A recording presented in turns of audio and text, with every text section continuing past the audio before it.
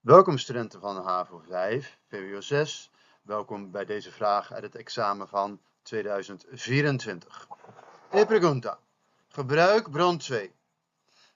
Geef aan met bron het idealisme van de partij PNP bij de oprichting. Wat mira e palabra oprichting. Oprichting betekent fundación. Dus toen het werd opgericht, wat was het idealisme van de partij PNP?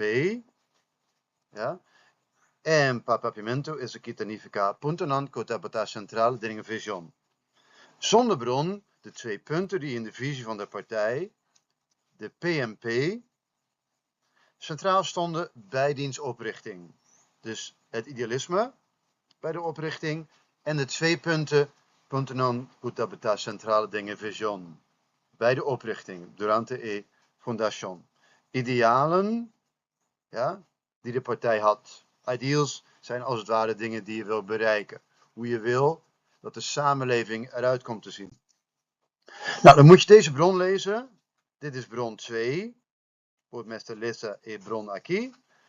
Gaan we niet doen, maar mag je zelf doen. Door het even op te zoeken op de website van meneer Flinkenvleugel. Maar ik ga het wel samenvatten. Moisés de Costa Gomez. Su herencia.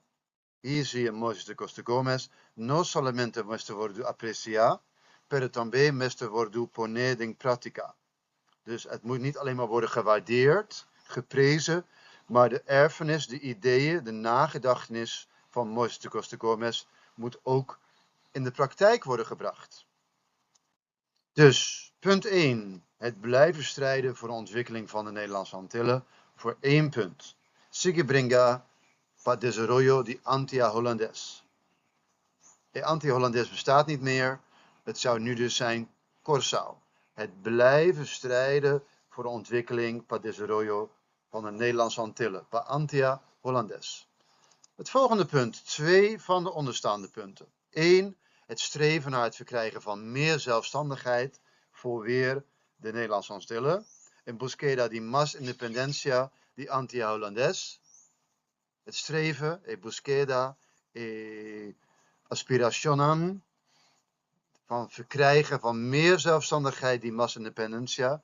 En de laatste, emancipación de Afro-Colonialan, de emancipatie van de Afro-Curaçaoenaars. Als je wil andere filmpjes wil kijken, ga naar mijn YouTube, www.youtube.com/meneer Pescado, zoals je daar kunt zien. Ajo!